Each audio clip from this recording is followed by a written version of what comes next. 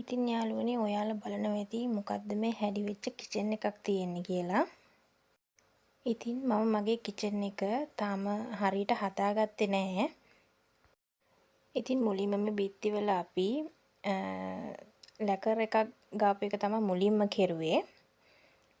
ඉතින් ඒ ලැකර් එක ගන්න කලින් බිත්තිය හොඳට වැලි කඩදාසියකින් හොඳට කැපුවා. ඒ කියන්නේ දැන් අපේ බබාලා දෙන්න එයාලා බිත්තිවල එක එක චිත්‍ර ඇඳලා තිබුණේ. ඉතින් ඒවා නිකන් පේන්ට් කරාට වැඩක් නැහැ. ඒවා යන්නේ නැහැ. ඉතින් වැලි කඩදාසියකින් ඒවා සේරම මැද්දා. එතකොට ඒවා ඇඳලා තියෙන චිත්‍ර සේරම මේ පැස්ටල් පාට එහෙම ඒවා සේරම ගියා. ඉතින් මේ ටික එහෙම කළා තමයි අපි ෆීලර් එකක් ගෑවේ.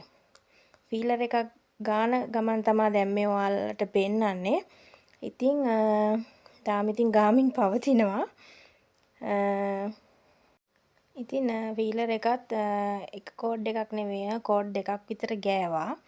ඒක ගාලා හොඳට වේලුණාට පස්සේ තමයි අපි ලැකර් එකක් ගෑවේ.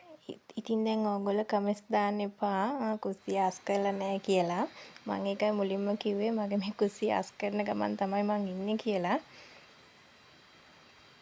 ඉතින් කිචන් එක අස් කරගත්තට පස්සේ මම ඔයාලට වීඩියෝ එකක් අරන් එන්නම්. කිචන් එක අස් කරගත්තේ කොහොමද කියලා. එතකම් ඔයාලා පරිස්සමෙන් ඉන්න. ඊළඟ වීඩියෝ එකකින් හම්බ වෙනකම් ඔයාලට සුබ දවසක්.